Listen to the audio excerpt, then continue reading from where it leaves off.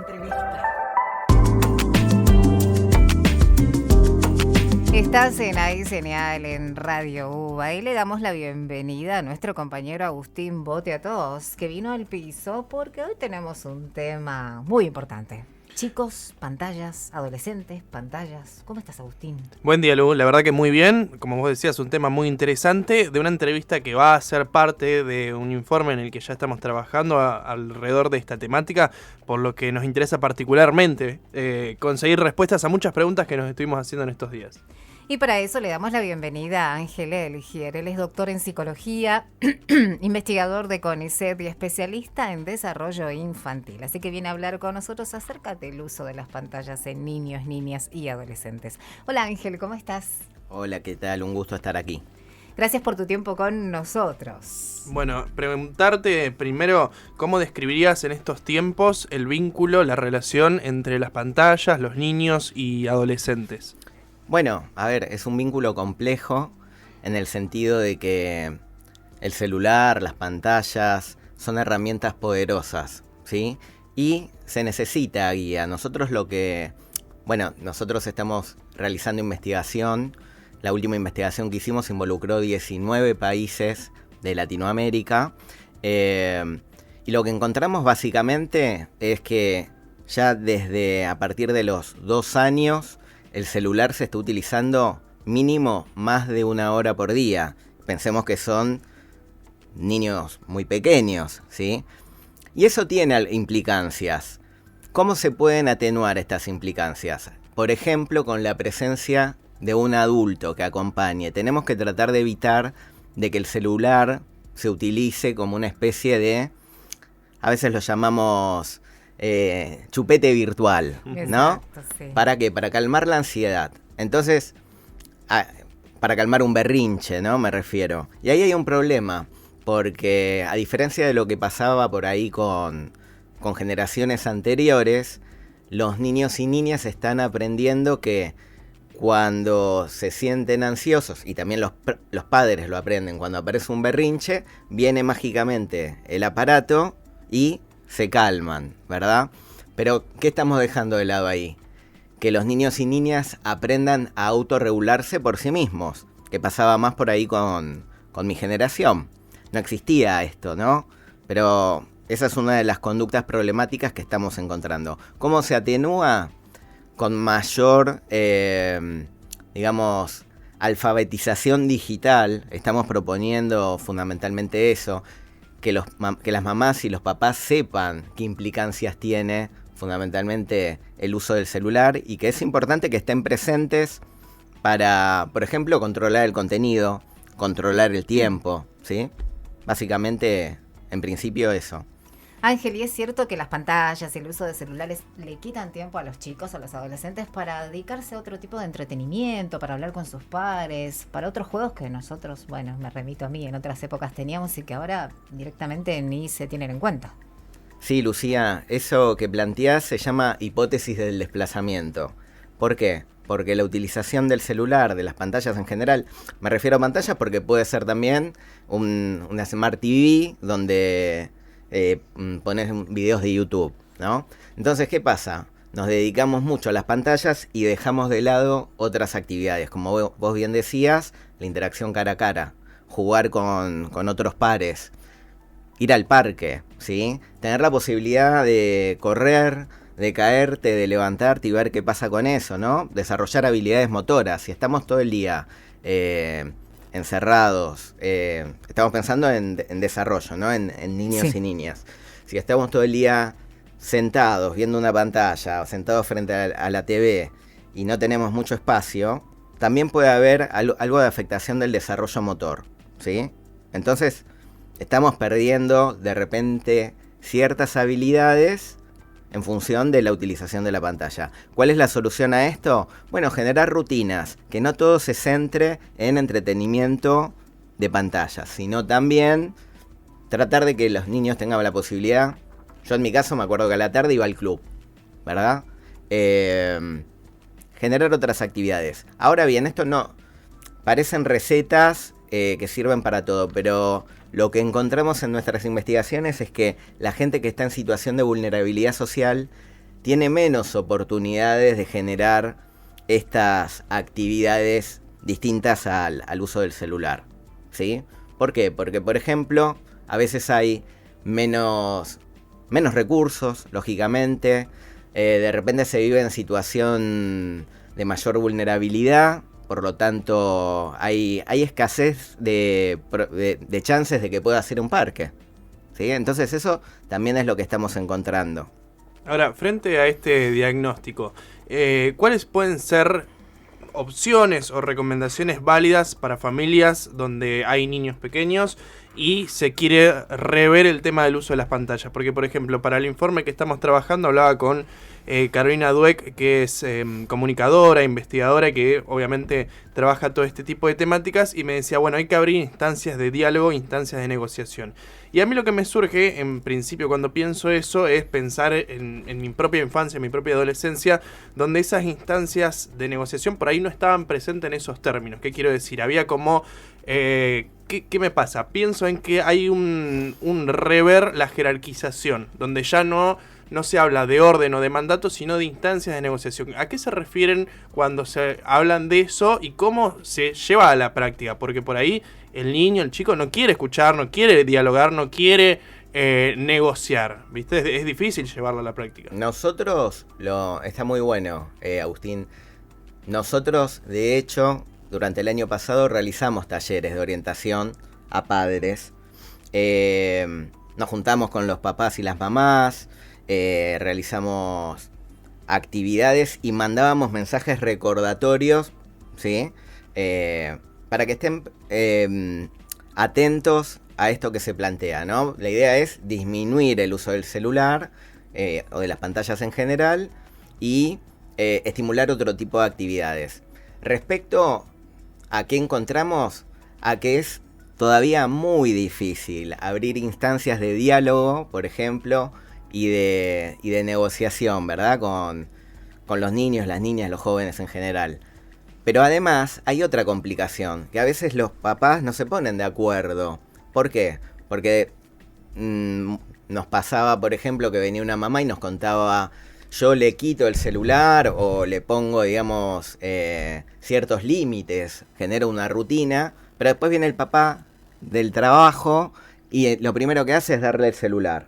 Entonces, tenemos que trabajar a nivel, primero, diálogo entre las familias, diálogo también con los educadores, con las escuelas, con los docentes, porque también en las escuelas aparecen problemas con el uso de la tecnología. Y creo que en el fondo tiene que haber una política pública, ¿no? Generar algo que se llama bienestar digital. Tenemos que tratar, en mi caso como psicólogo, pero digamos los científicos en general que nos dedicamos a la sociedad y a la salud, empezar a trabajar en políticas públicas con evidencia. Porque es difícil, realmente es difícil. No tenemos todavía una solución mágica. Tenemos, sí, evidencias concretas en que es importante en que el uso de las pantallas no sea en soledad, ¿sí? Entonces, si vas a dejar a tu hijo con el celular a solas, no es lo ideal. Lo ideal es que esté acompañado, sobre todo en los primeros años, ¿no? Que compartas, que le muestres contenido de calidad, que se lo comentes, que se lo remitas a experiencias previas.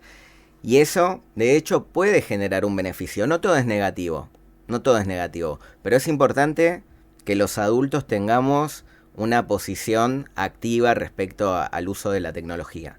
Los controles parentales de los que tanto se habla, porque ahí entra a jugar también el tiempo de los padres, donde trabajan, donde estudian o donde realizan distintas actividades, y dicen, bueno, con el control parental tengo cierta seguridad en lo que está haciendo con el celular. ¿Sirve sin esa presencia que decís vos?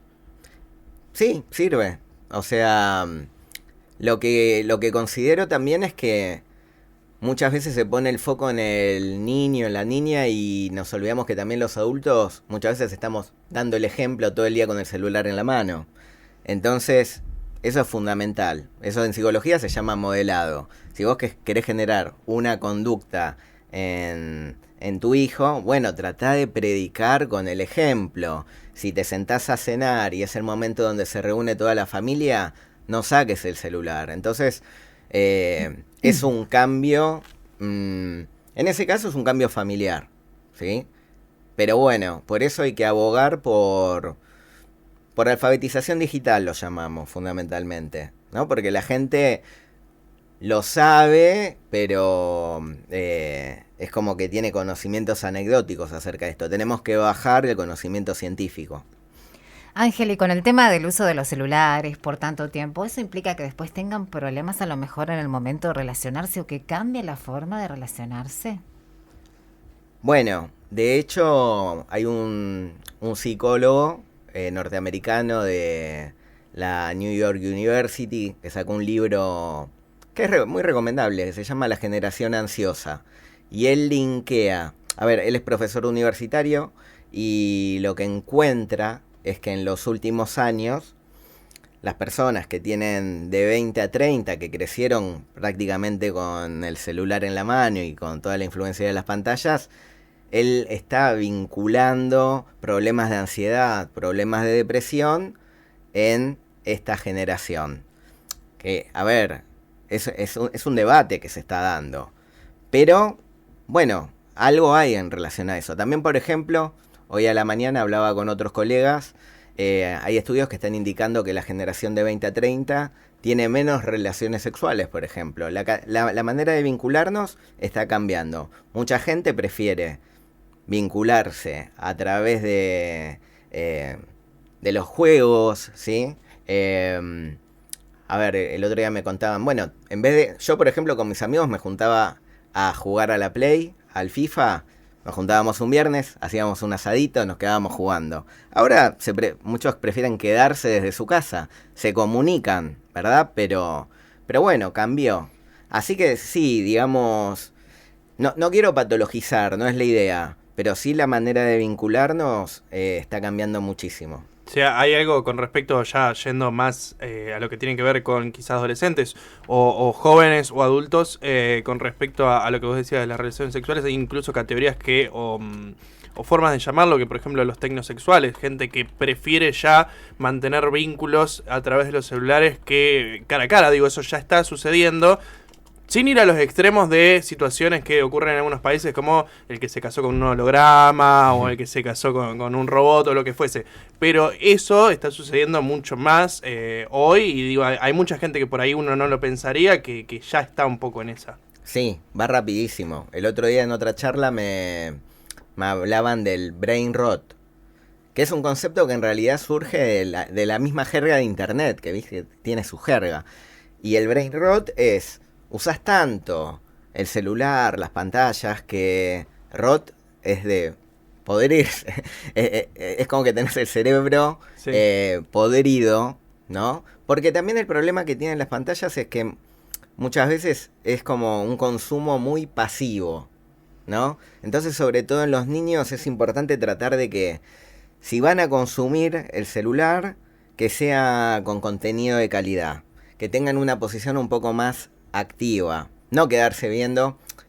Sobre todo el brain rot está muy vinculado a los reels, que son muy adictivos. Vamos, a mí también me gustan, no es que soy un extraterrestre. A mí me gusta meterme en las redes sociales, consumo, me gusta TikTok, no tengo problemas, pero sí hay que prestarle atención al tiempo y a tratar de tener una actitud más activa, ¿no? Hay un concepto que también quiero que se lleven, que es el de que sobre todo en niños y niñas, que son las 3C, ¿no? ¿Qué son las 3C? A la hora de pensar la problemática del uso de las pantallas, y esto empezó sobre todo a partir de la pandemia, que la pandemia disparó sobre todo el uso de la tecnología, las 3C son, una C tiene que ver con child, es decir, las características del niño.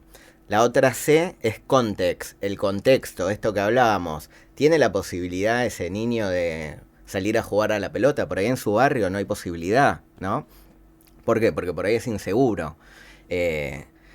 Y la otra C es el contenido. ¿Qué contenido están viendo? No es lo mismo que dejes a tu hijo solo viendo reels de cualquier contenido, cualquier calidad, que si por ejemplo pensás en dejarle un contenido más pedagógico, más educativo, que también existen y está bueno. Entonces, La idea es esa, no hay que demonizar, pero sí hay que, sobre todo los adultos, con los niños y con los jóvenes, monitorear. Hay que monitorear realmente. Y Ángel, ¿hay algo que pueda considerarse sano dentro de todo esto? ¿Algún determinado periodo de tiempo? Bueno, vos ya lo nombrabas antes con los padres de que tienen que ponerse de acuerdo, obviamente, pero hay un mínimo, un máximo. ¿De tiempo? Sí. Bueno, a ver, con respecto a la edad, no hay consensos, pero con respecto a la edad de comienzo, 7 años parece, digo, no es que lo vas a dejar al niño sin utilizar, ¿verdad? Pero que lo dejes solo frente a las pantallas, lo ideal sería a partir de los 6, 7 años, ¿verdad? Digo, a partir de un uso activo y autónomo por parte de ese niño. Y con redes sociales, por ejemplo, Jonathan Haidt es más extremo, digamos, una posición más abolicionista, y dice, redes sociales no utilizar hasta antes de los 16 años. Es muy difícil, la verdad que es muy difícil. Pero justamente, y sobre todo afecta más a las chicas, porque bueno, empiezan a entrar a Instagram, por ejemplo, las adolescentes, y nosotros desde la psicología hay un fenómeno que se llama las normas, la comparación social, ¿verdad? Entonces vos ves que tu compañero o tu compañera tiene miles de likes y vos subís una foto y tiene 5 likes, y eso afecta un montón a la autoestima y también afecta a la imagen corporal. Entonces se está empezando a vincular el uso de redes sociales con distintos problemas. No digo patologías, pero sí disminución, por ejemplo, de la autoestima en muchos casos. Y bueno, la verdad que le tenemos que prestar atención. En un momento tocaste el tema de las instituciones educativas y bueno, también ahí hay un debate donde se está avanzando en alguna dirección. En la Ciudad Autónoma de Buenos Aires se prohíbe el uso directamente, por lo menos dentro de las clases, y después hay cada institución como que toma sus propias normas, establece sus propios códigos. Sí. ¿Qué podría ser recomendable o qué ves vos al respecto del uso de celulares en las escuelas? A ver, digamos, bueno, justamente en la escuela de mi hijo generan actividades con tabletas, con tablets. Es más chiquito, tiene 6 años. A mí me parece que hay que integrarlo. Era como en nuestra época que decían, no hay que ver televisión. No, bueno, es imposible. Y tampoco querés que tu hijo o que tu hija crezca en una especie de cajita de cristal. O sea, hay que entonces, dentro de las escuelas y dentro de las familias, creo que hay que integrarlo sabiamente. Con esto de chequear el contenido, que no estén todo el día utilizando y que todo esté mediado por la pantalla, sino también generar otras actividades. Y pienso que en la escuela es lo mismo. Si el horario escolar, no sé, tiene 5 horas, supongamos, 1 hora puede ser realizar actividades con tecnología, pero el resto, bueno, hacer actividades más analógicas, si se quiere. Eso. Y con respecto a los beneficios que podrían tener usar la tecnología, pero a temprana edad, como decías vos, a los 7 años aproximadamente. Bueno, lo que encontramos es que puede haber mejoras en el lenguaje. ¿En qué sentido? Pero, ¿cuál es la variable clave? La presencia del adulto. Por sí solos no va a haber una mejora. Pero nosotros, por ejemplo, medimos lenguaje, densidad léxica, es decir, la cantidad de palabras y de vocabulario que maneja un niño. Y entonces, pero la clave es que esté acompañado. Entonces, digamos, el contacto humano, la interacción humana en ese sentido es genial. Estudios previos, de hecho, encontraban que los libros tienen un efecto beneficioso. Ya el hecho de tener una biblioteca en tu casa tiene un efecto beneficioso en el desarrollo cognitivo. Pero acompañado, cuando vos le vas a leer o le leías un libro o un cuento a tu hijo, bueno, está siempre la presencia del ser humano ahí. Entonces eso no hay que perderlo. Bueno, nos llevamos mucha información, te voy a hacer la última para poder cerrar. Si hay alguna información, estudio, teoría, lo que sea al respecto del uso de la inteligencia artificial, principalmente para la educación o para el conocimiento, pero también para el contacto con la realidad, ¿no? Hay algo ahí que se va transformando. Bueno, es nuestra próxima investigación y en adolescentes, porque ahí una variable clave es el pensamiento crítico. porque muchas veces yo soy fanático de la inteligencia artificial en el sentido de que me gusta utilizarla, ver lo que me dice, pero hay que tomarla como un asistente, no hay que tomarlo como un contenido revelado y totalmente cierto. La inteligencia artificial comete un montón de errores. Entonces, yo, por ejemplo, como investigador, le pido un estado del arte de un tema específico o que me dé los 10 mejores papers acerca, no sé, de los problemas relacionados con el uso de pantallas, y cuando vos los chequeás, por eso es importante chequearlos, podés encontrar que algunos están inventados, o sea, no existen. Entonces, tenemos que alfabetizar en ese sentido acerca de los usos, los beneficios y las desventajas que tiene la inteligencia artificial. Ángel, muchísimas gracias por haber venido aquí a Señal a Radio Va. Fuiste muy amable. No, gracias a ustedes por la visita. Gracias, Agustín, como siempre. No, por nada, estar un acá. gusto. Recién dialogábamos con Ángel Elgier, él es doctor en psicología, investigador de CONICET y especialista en desarrollo infantil, a propósito del uso de las pantallas por parte de los niños, niñas y adolescentes.